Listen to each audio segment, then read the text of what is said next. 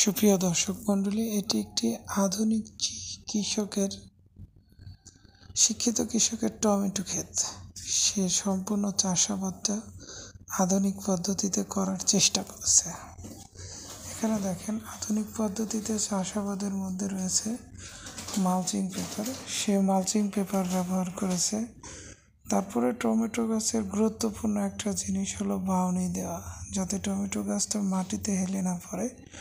সেজন্য সে বাউনিটা দিয়েছে আধুনিক পদ্ধতিতে। এ প্যাটার্নের মাচা দিয়ে সাথে সুতুলি টানিয়ে সুতুলির সাথে টমেটো গাছগুলো বেঁধে দিয়েছে।